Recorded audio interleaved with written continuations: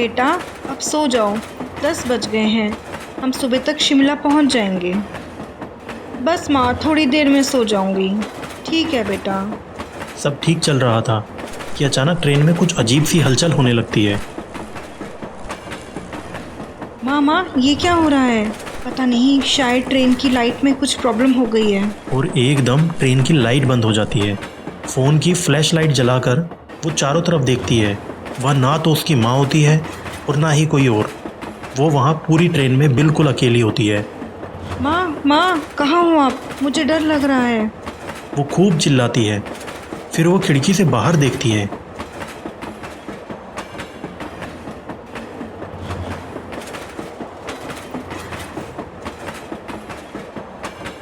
Train उस अंधेरी रात में घने जंगल में फुल स्पीड में दौड़ी चली जा रही थी।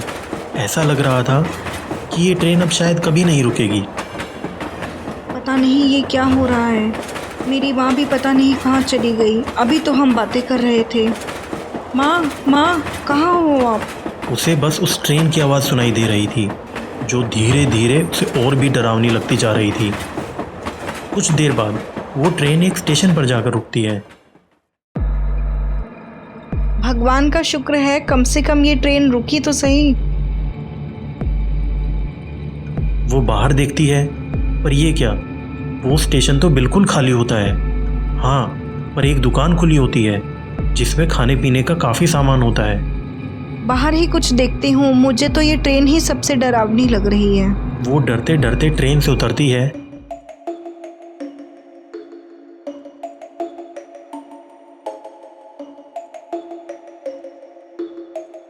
और उस दुकान में जाती है, पर उस दुकान में कोई नहीं होता। ये स्टेशन इतना खाली क्यों है? वो घबराते हुए एक पानी की बोतल लेती है और चारों तरफ देखते हुए पानी पीने लगती है। पानी पीकर उसे थोड़ा अच्छा लगता है। फिर वो उस दुकान से आगे बढ़ती है, ये सोचकर कि शायद कोई दिख जाए, पर दूर दूर तक उसे कोई दिखाई नहीं देता।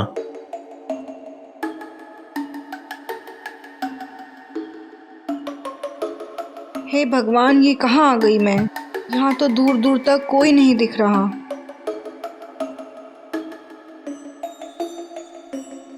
फिर वो प्लेटफॉर्म से बाहर निकलती है तो बाहर का नज़ारा देखकर उसके तो होश ही उड़ जाते हैं।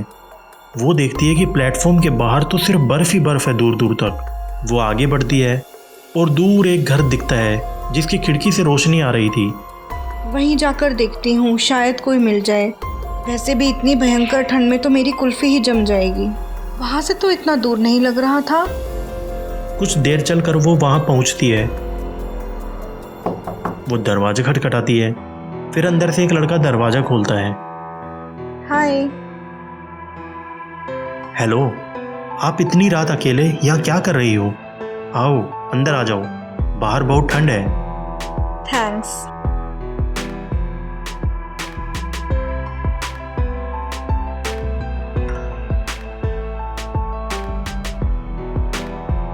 वो अंदर आ जाती है और अपनी पूरी कहानी उस लड़के को बताती है। पहले आप यहाँ बैठ जाओ, मैं कुछ गरम गरम खाने के लिए लाता हूँ। वो खाते खाते बात करेंगे हम।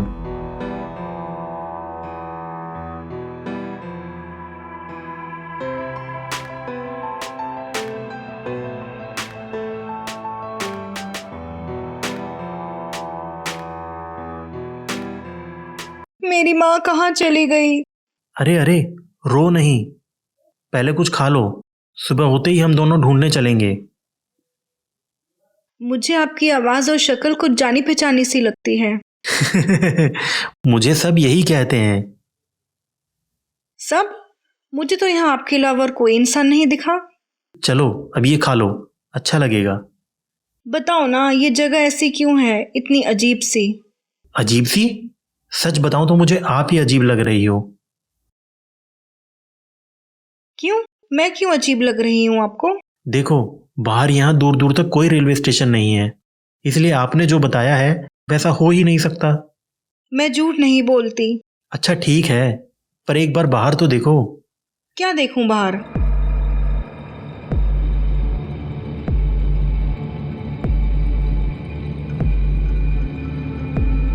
वो देखती है कि ये तो एक भरी पूरी सुंदर सी कॉलोनी बसी हुई है। वो मन ही मन सोचती है कि ये कैसे हो सकता है। अच्छा फिर ये बताओ इस जगह का क्या नाम है? क्यों, आप जब प्लेटफॉर्म पर उतरे तो नाम नहीं पड़ा स्टेशन का? नहीं। अब उसे अपने पर शक होने लगा कि ये सब क्या हो रहा है। लड़का उसे परेशान देखकर कहता है, अरे परेशान मत हो, इस जगह का नाम है वंडरलैंड। वंडरलैंड? हाँ जी। पर ये जगह इंडिया में कहाँ है? इंडिया? ये कहाँ है? यहाँ कोई ऐसी जगह नहीं है। हे भगवान। अब तो वो वहीं सोफे पर सो जाती है। सुबह उठकर, गुड मॉर्निंग। Good morning. उफ, मेरा तो सर भी दर्द कर रहा है। शायद तुमने कुछ ज़्यादा ही टेंशन ले ली। टेंशन तो होगी ही, मेरे साथ इतना सब कुछ जो हो गया। आप परेशान ना हो, आज धूप अच्छी निकली है, हम बाहर निकल कर ढूंढते हैं आपकी माँ को। वो मिल तो जाएंगी ना? हाँ हाँ, मिल जाएंगी।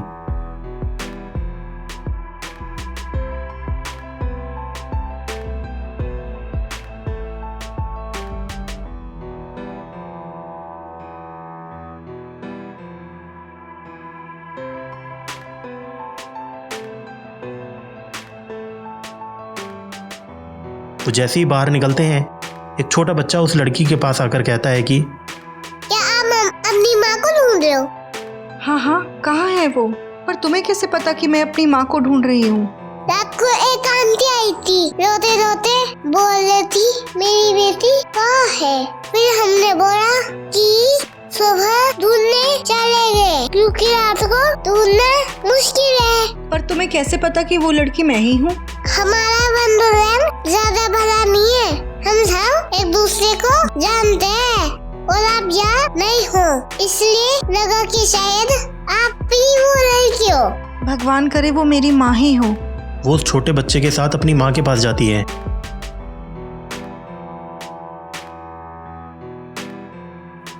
और उनसे मिलकर बहुत खुश होती है।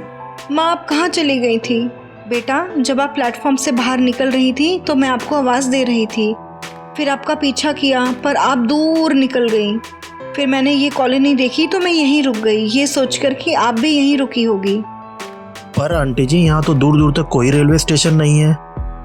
है बेटा, वो देखो। पर वहाँ तो दूर दूर तक कुछ नहीं था। माँ मैंने भी यही बोला, पर यहाँ आकर देखा तो वो रेलवे स्टेशन गायब हो चुका था। आंटी जी, आज क्रिसमस है, आप लोग इस बार मेरे घर पर क्रिसमस सेलिब्रेट करना, आपको अच्छा लगेगा। दोनों वहाँ सेलिब्रेट करने के लिए मान जाते हैं और फिर वो क्रिसमस की डेकोरेशन में लग जाते हैं। आपका नाम क्या है? बहुत जल्दी याद आ गया।